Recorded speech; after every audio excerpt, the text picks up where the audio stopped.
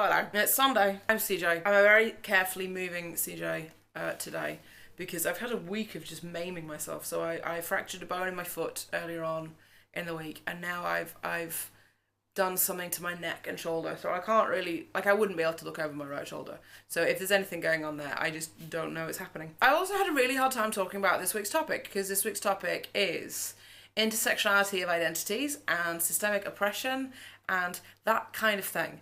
And the reason that I'm having a hard time talking about it is because this is what my PhD is on. So I could actually talk about this stuff for a bajillion years, like a metric fuck ton of years. I could actually talk about this. I'm not going to, don't worry. I'm going to try and pack it all into a short video.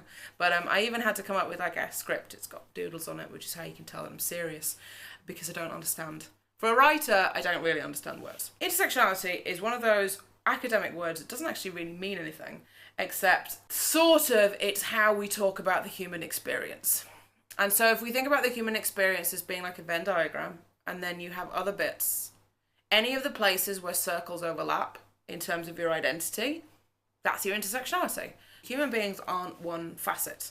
And this is something that you guys know I rant about a lot, because I think as trans people, we are often reduced to our socially complicated facet of identity. I don't know if any of the rest of you have had it, but I mean, I've certainly had it where I've gone to the doctors and had a cold, and it's ended up being a trans cold, which, like, really? That's because that's all I am. And that's why we talk about intersectionality, because people are more than one thing. It came through like women's studies departments and departments of Afro-Caribbean studies and sort of the non-white, non-straight, non-male sections of universities, because we love to genre things and we love to put things in boxes. And so in universities you have normal studies, and I'm using, there are bunny ears around everything that I'm saying, but we have normal studies, which is math and English and science and geography and biology and quantum physics and whatever. And then we have like non-normal studies. And normal in this definition is a very narrow line of being cisgendered, heterosexual, white and male. And so anything else has been sort of shunted off into different departments, which means that those departments can be a lot of fun to be in because you get some of the coolest people on earth. It does also mean that these departments can be quite angry, which is genuinely understandable because they've been shunted off into different places. It's important that we recognise that these conversations about intersectionality aren't actually being had everywhere. They're being had by people who are systemically oppressed. And that can be in any number of ways. So that could be because you're a woman, that could be because you're trans, that could be because you're a person of colour, that could be because of your class system, that could be because of your education. There are so many different facets that make up things that you can be discriminated for in this world that it's almost dizzying. It's certainly disgusting. I'm being slightly careful about this because I did get into it a couple of weeks ago with some white supremacist men's rights activists, which, my God, they can shout on the internet. And they're probably the best example of actually why it is that we need to have these conversations about intersectionality and oppression. Because these are groups of people who do not enjoy being told that they're not allowed to talk about something. And they certainly don't enjoy being told that their version of suffering is not perhaps the worst. And that's where the systems of oppression come in and the conversations about it are really interesting. Because what you have is you have people who are about here, and the people who are about here assume that they have suffered the most that anybody's ever suffered, and anything that they've been oppressed for is the hardest. And then you have somebody down here going, well, actually, I've been through something that's worse, and the person from up here throws things until the person down here stops talking. Because that's how systemic oppression works. It works on a system of steps. And it's very rarely the person on the top. The person on the top understands that there's systemic oppression because they've usually worked it to their own advantage. Systemic oppression, and whether or not you face it in a certain way, doesn't mean that, like, if you don't, that your life is easy. People find that very hard to understand, and their brains go, and then they shout a lot on the internet again. But it's important that we recognise that the two do go hand in hand, because part of an intersectional identity is obviously that, like, I cannot think about things without thinking of my own experiences of them. I have no way to do that.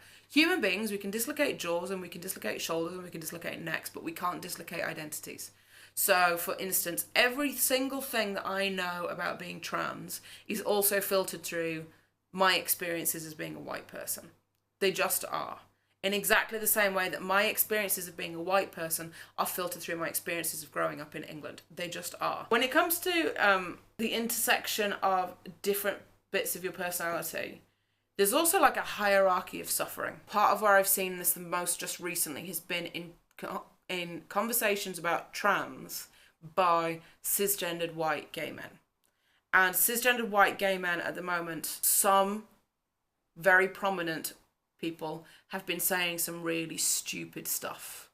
And they've been saying really stupid stuff because they come from a place of going, as a gay man, I have suffered in an environment, therefore I know what all suffering is like. And that's not true. That's not real, because there is no hierarchy of it. Everybody suffers things slightly differently. So we get into an interesting struggle with it, because I spend most of my time, particularly when people say things, going, I wish you hadn't said the thing, and I wish you hadn't said the thing in that particular way, because, you know, that's who I am as a person.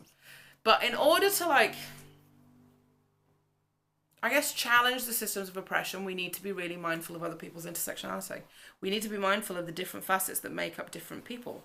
So, for instance, if you're a person of colour, I'm not going to tell you whether or not that's more or less important to you than being trans, or whether or not you suffered, because I don't know. I need you to tell me. I need to be told. That being said, I don't mean that, like, I'm just going to run up to everybody and be like, tell me everything instantly. Being told also comes under things like making sure that you read and that you pay attention and that you're mindful and that you're aware of, you know, what's going on. This is a hard topic it's a hard topic to talk about because there isn't a conclusion. Do you know what I mean? I've just explained sort of the terms to you. I'm going to get annoyed with myself in a little bit and think, oh, I could have done that better. But we just have to be mindful, I guess. And mindfulness is always the thing that I'm, like, number one pleading for in all cases. And most of the time, it just seems to be beyond a lot of people. So that when somebody tells you that a thing is a certain way for them, you're not instantly jumping and going, well, that's not how it is, because that's not how it is for me. Because we don't all have the same experiences. We don't all live in the same world. But yeah, that's it. So just be a better human being. That's all. That's your homework for the day. That's all I've got. I'm going to go take some painkillers and soak in a bath now because my everything hurts. And have a fantastic rest of your weekend, the couple of hours that you have. And I will speak to you next week. Goodbye.